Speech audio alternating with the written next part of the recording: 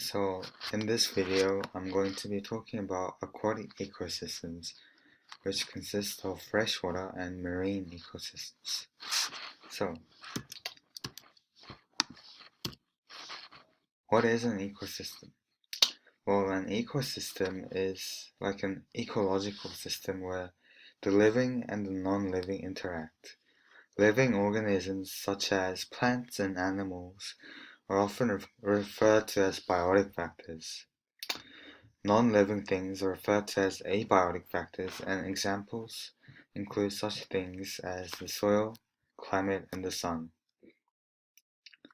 So, in this ecosystem where all the living things and non-living things interact, there are many different types of ecosystems, and today we are going to be discussing the aquatic ecosystems, and first, the freshwater ecosystem. So, the freshwater ecosystem consists of streams, rivers, ponds, and lakes. Streams are the beginning of freshwater ecosystems, and rivers are streams joined together. Ponds, on the other hand, and lakes are individual bodies of still water, so there's no water flowing in or water flowing out. These freshwater ecosystems contain many different types of organisms, beginning with algae and going all the way to bears. So, the freshwater ecosystem starts with a stream, as I said, and the stream has a cold, strong current of clear water where it flows quickly. And because the current is strong, not many animals can live in streams, and those who live in them have mechanisms that allow them to survive under harsh conditions. For example, small animals and insects have hooks or suckers that allow them to cling onto rocks. As streams flow along and join other streams, it becomes what we call a river. The current slows and the water becomes less clear because of the soil that is mixed up with the water. Because this river has different characteristics than those of streams, different organisms inhabit them. For example, more plants live in the bottom of the river among the pebbles because the stream is slower and the water is much less dangerous. So now let's talk about ponds and lakes. Well, both ponds and lakes are bodies of still water, as I said before, but their differences arise from their depths.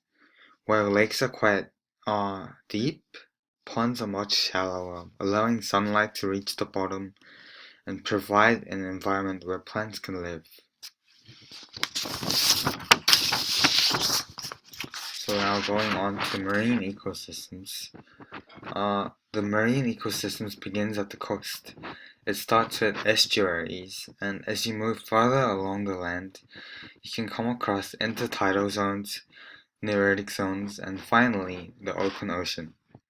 So an estuary is where the fresh water of the river meets the salt water of the ocean. And because the waters of the estuaries are much calm, many animals use them as breeding grounds compared to the ocean where there are waves, and it is a little bit more risky. So let's talk about the intertidal zones. The intertidal zones is usually the rocky shoreline, where it sometimes is under the water and sometimes above the water. So organisms that live in this area have to face waves and sudden changes in water level and temperature because this intertidal zone is an area between the tide marks where if it's low tide, then the area is above water, and if it's a high tide, the area is under the water. So this means that, like I said, these organisms have to adapt to these changes in water level, temperature, and waves.